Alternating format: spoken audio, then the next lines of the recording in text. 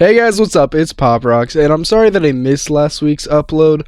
It's been very demotivating seeing all this Overwatch versus Marvel Rivals stuff. Overwatch is dead, all that. You've all seen it. You can't go on YouTube and look up Overwatch without seeing it. So I decided I'm just gonna take this week off, trying to, cool off, just trying to get my bearings about it, And so today I'm bringing you a Maximilien video. Now I know there's been a lot of talk about him recently because we have been in a very much info drought.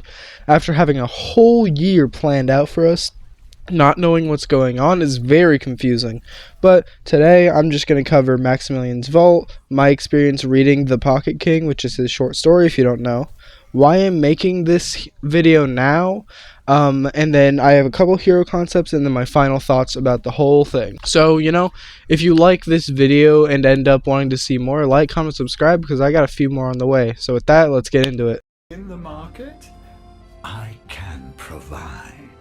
Alright, so to start this segment, I just want to say I really do like the idea of the Vault. I'm not going to bash Team 4 or make fun of the attempt of making this new change. This is what Overwatch needs. It needs something different that it doesn't usually have, a new feature, some more oomph to it as a game. Personally, my Vault was made up of things I currently own due to the Xbox Game Pass, so the game probably did recognize it as me not owning it, even though I do have access to it. And so I couldn't utilize it, but it did read me very well, giving me skins for Lifeweaver, Lucio, Brigida, which are all characters I do really like playing, with only Lucio having tons of playtime. I think that if they do this every mid-season, it could be very nice for those shop-only skins that aren't always available to sometimes be available and also discounted up to 49%, I believe. And so I think this is just good for the typical shop rotation. It gets them more money and it just gives us more options for skins. And if you don't like it, that's up to you. But in my personal opinion, I really do like Maximilien's Vault. The first assassin sent for you is cause for concern. The second assassin? Flattering. So following the Vault going up and the recent Pocket King reading by Maximilien's voice actor, I decided to read it for myself before watching said video. It was a lovely read, and like all the other short stories, I loved it. Please, if you haven't read any of them, please go read them. They're free for downloading, I think, the PDF on the official Overwatch 2 website. So if you want to just show some engagement, please go read those. But while reading this, I did feel myself getting giddy and falling in love with Maximilien as a character. Now, I will agree that the lore overall has come to a screeching halt. However, the Pocket King and Heroes Ascendants have showed that they want to move towards working the plot forward. Now, it won't be fast, but it is moving. The Pocket King gave Maximilien this main character feel that I never got from him before. Even while manipulating every single Monte Carlo tycoon, he still felt like he was in the right while pulling the strings.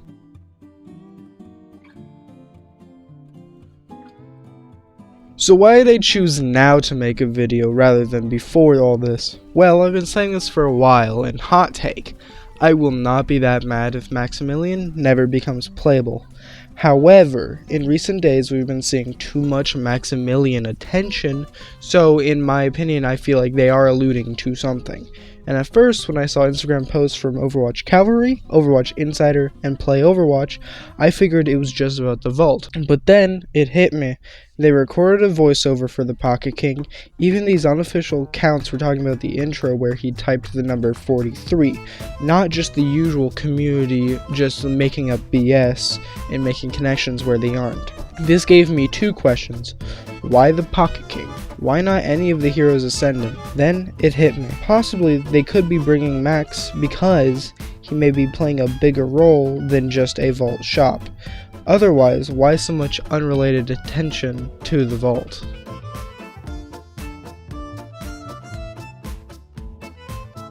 Alright, so let's start with the damage hero concept. So we're going to start with our passives.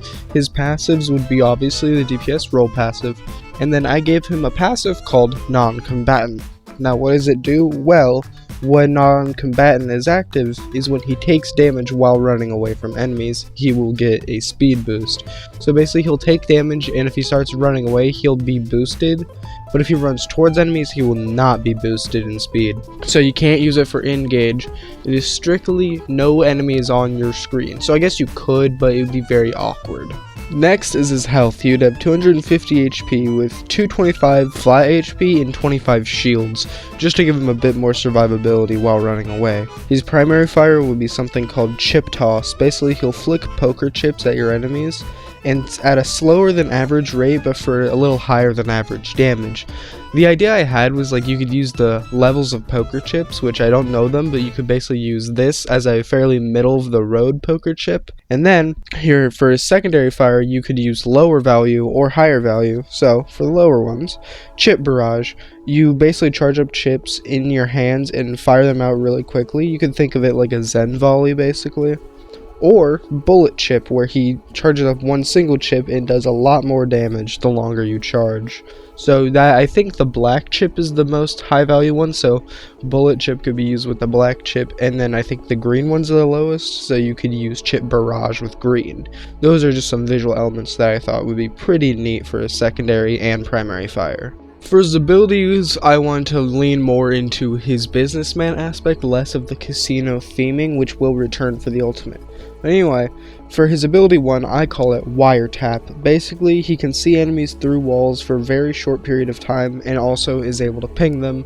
It's pretty simple, pretty self-explanatory, and it's just something that I think would be neat to have more often than just Widowmaker Roll and Hanzo Sonic Arrow. And then for his ability 2, I call it embezzlement. Basically, you strike an enemy with your fists and steal their ult charge for yourself at a 1-to-1 ratio. You cannot steal ult charge when they have their ultimate. So basically the idea is like the devs would figure out a way, like let's say they decide on 5%, right? Then when you punch them, they lose 5%, you gain 5%. Or if they want to change it from a 1-to-1, they could be like 2-to-1. So you hit them for 5, like you hit them, take 5%, you get 2.5 or something. I think this is just a fun new mechanic that the game could experiment with. You just have to have it fairly weak, but still useful enough to be like, oh, I have ult charge and they are a little bit away from ult now. And finally, for his ultimate on this damage hero concept, I call it Wheel of Fortune. Now basically, a wheel will spin in the bottom of your screen, like in the corner, and you'll get one of 3 options. You'll get damage boost for yourself, speed boost for yourself, or boosted health. So this would be on like a, let's say, 8-second or 5-second duration, right? So you could get like for 5 second, 50% movement speed, 30% boost, let's say like 150 more health, right? The damage boost one you would not be able to stack with Mercy or Juno up to 35% if a Juno ult was used. So if you have 30% and then Juno uses her ultimate, which is 35% boost, it will only go up by 5%, not up to 65%. And then the speed boost cap will still be there. And then for health, yes, added health would work. So that's just how that one would work for the most part. I think you would maybe want to tweak some of the options and their powers, but overall, I think this gives him some good like randomness of the casino while also keeping it limited enough so the randomness doesn't become overly annoying, because all of these are situational, but in every situation one of these might just save your life. At least that was the idea when making Wheel of Fortune.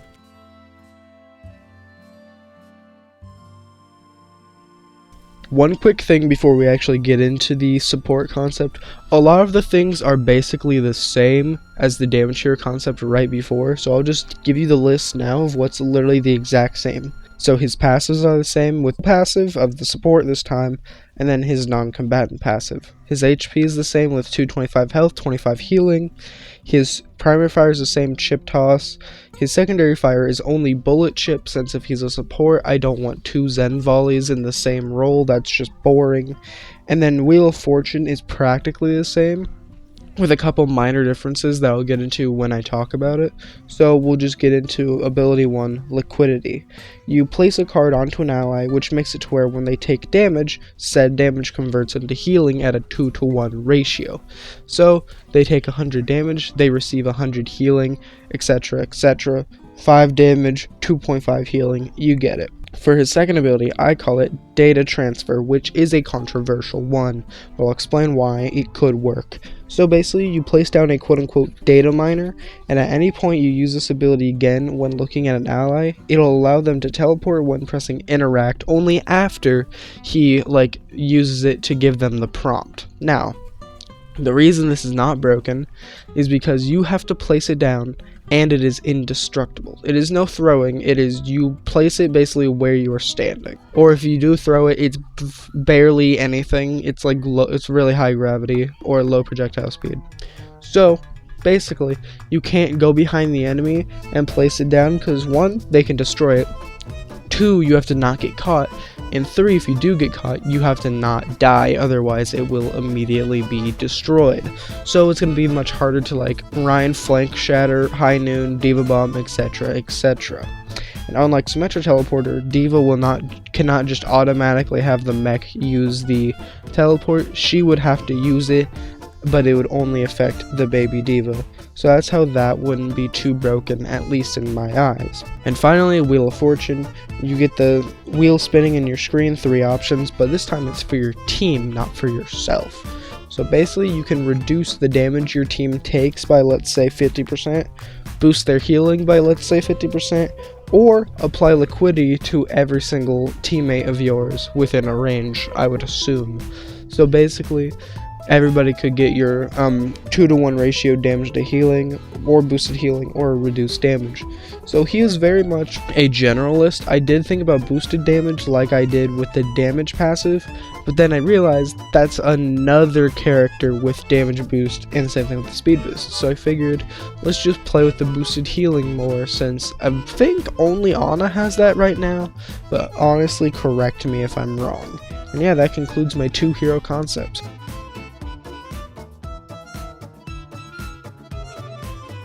Now for my final thoughts and my hopes for him as a character. I do like my concepts, and I do understand why you would think Wiretap, Data Transfer, and potentially Wheel of Fortune could be annoying, with the being similar to Widow, and Hanzo with the seeing through walls, the teleporting, and the randomness of the ultimate. But I think supports can afford to be a little bit more different, a little bit more out there with their themes and abilities, as long as we don't repeat the Kiriko Suzu.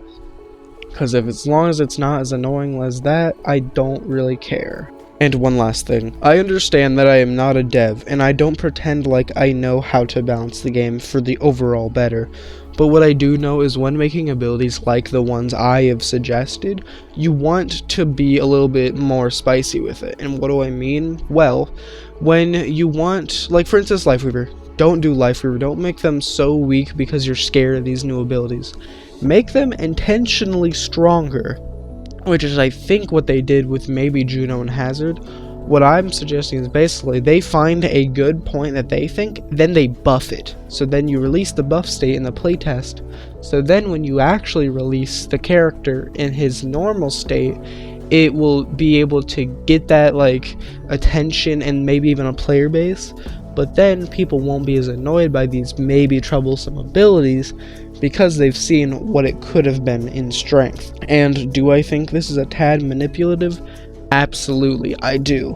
But I think it is necessary if we do want to spice up the abilities and rosters by just letting people know that it could have been worse, but we chose to make it like this in this little bit of a weaker state than what you initially saw. Now, would that create some bad press for the hero?